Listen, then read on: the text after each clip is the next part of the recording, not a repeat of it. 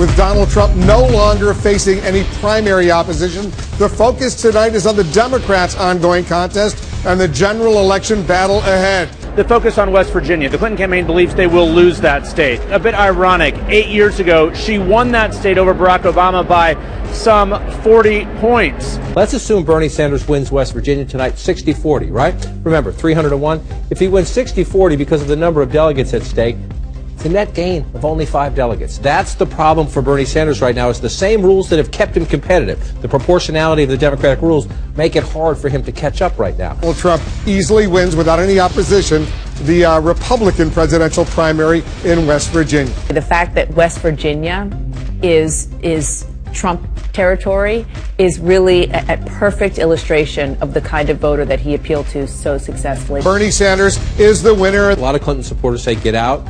Bernie Sanders supporters are energized. It's called the Daytona 500 for a reason. Let him, he has every right to stay in the race because he still has a possibility. Still winning. But it's really hard to see. He has to win 66% of the remaining pledged delegates just to catch her, to beat her by 1. Look, it's very unlikely, but it's a crazy year. Let's play on. Hi, I'm Carl Azus. Thank you for watching. We start with a quick update on the U.S. presidential nomination process. Voters in Nebraska and West Virginia went to the polls earlier this week to help nominate a Republican candidate for president. Businessman Donald Trump is now running unopposed. He won both states, and he is now 90 delegates away from the 1,237 he'll need to clinch the Republican nomination for president. He is expected to do that and become the party's nominee.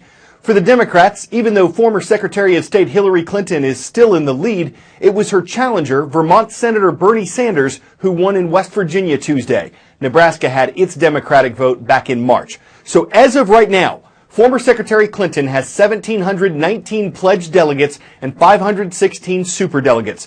Senator Sanders has 1,425 pledged delegates and 41 superdelegates. A Democrat needs 2,383 delegates to win the party nomination.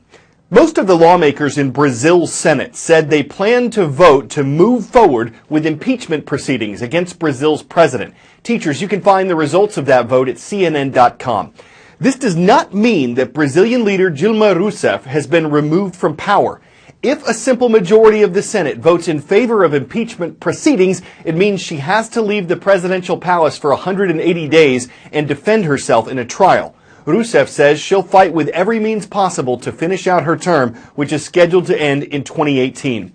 Brazil is the largest and most populated country in South America. It's the continent's largest economy. It's a regional leader. Because of all that and the challenges it faces as it prepares to host the Summer Olympics, officials around the world are watching. Dilma Rousseff is one of the most unpopular presidents in Brazil's history, possibly in the world. So what happened after she was re-elected in October 2014?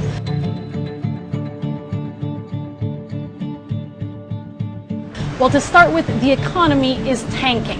Many call it a depression, high unemployment, high inflation, and that means a lot of Brazilians, frankly, aren't in the mood to put up with political corruption.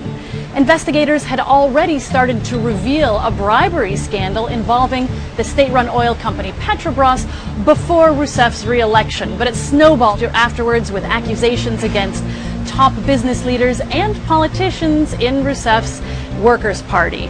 That meant that while Rousseff herself wasn't implicated, millions of Brazilians have taken to the street, and with public opinion in their favor, opposition lawmakers decided to forge ahead with an impeachment motion in Congress, accusing Rousseff not of corruption, but of breaking budget laws to try and hide the sorry state of the economy ahead of re-election. Now, the impeachment proceedings will drag on for months. All of this, however, is going to play out on the global stage as Brazil gears up for the Olympic Games in August.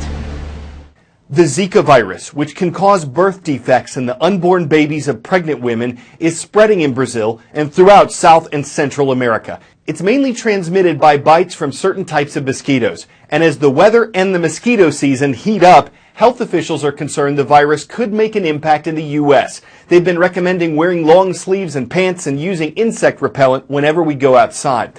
And there are some extra steps we can take just outside our doorsteps.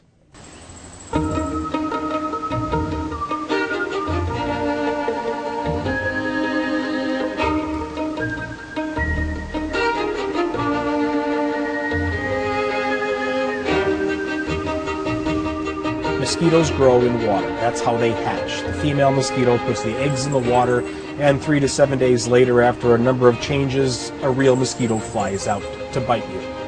You get rid of the water, you get rid of the mosquitoes. You get rid of the next batch, the next hatch of mosquitoes.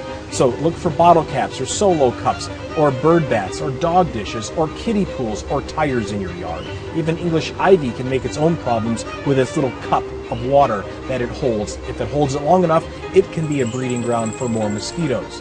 So if you eliminate the water, you eliminate the hatch, you break the cycle, and you reduce the population of mosquitoes in your area. If you're not making one request on each day's transcript page at cnnstudentnews.com, you're missing your chance to be on the roll call. Columbia Falls Junior High is here today. It's from Columbia Falls, Montana, and we welcome the Wildcats. Colmer Middle School is in Mississippi, the city of Pascagoula. Watch out for the Panthers while you're there. And not too far from the Gulf of Riga, it's great to see the International School of Latvia is watching in the community of Pinky.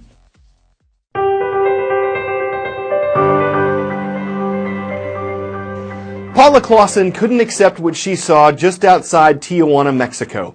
Lean-tos, where some people are living, were blown right over by high winds. Rats, tarantulas, and scorpions could walk right into some of the makeshift homes there.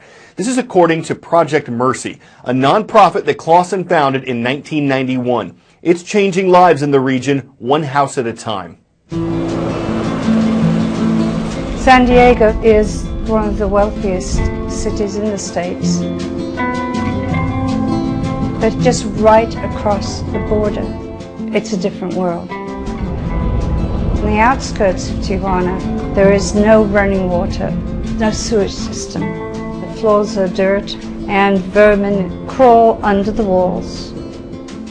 It's hard for Americans to imagine.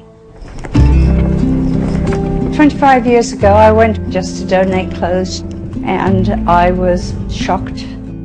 I knew I had to do something to try to help them. I started an organization that builds homes for people in need, free of charge.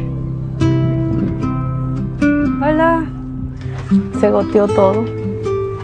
All the water comes through and wets the bed. No tiene puerta, es muy inseguro.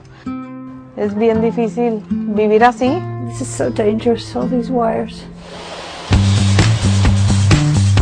In order to receive a house, we require that families work in the construction of a house for their neighbors. 1,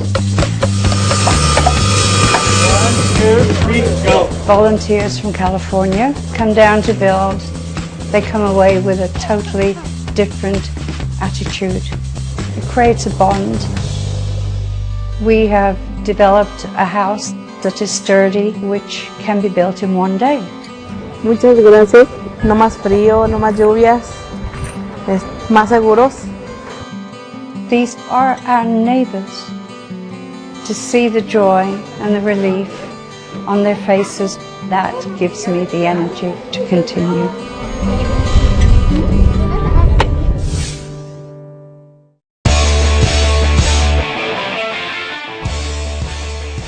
One thing you'll notice about this hiker on Mount Kilimanjaro in Tanzania is the odd shape of the backpack. You could fit a pizza in there, and they did. This was a publicity stunt that won Pizza Hut the Guinness World Record for highest elevation pizza delivery, 19,347 feet up. Pizza Hut says it used an airplane, a motor vehicle, and a relay of professional hikers to deliver the pizza. It took 3 days. And even with a battery-heated backpack, we're not sure how fresh the pepperoni and extra cheese pie tasted.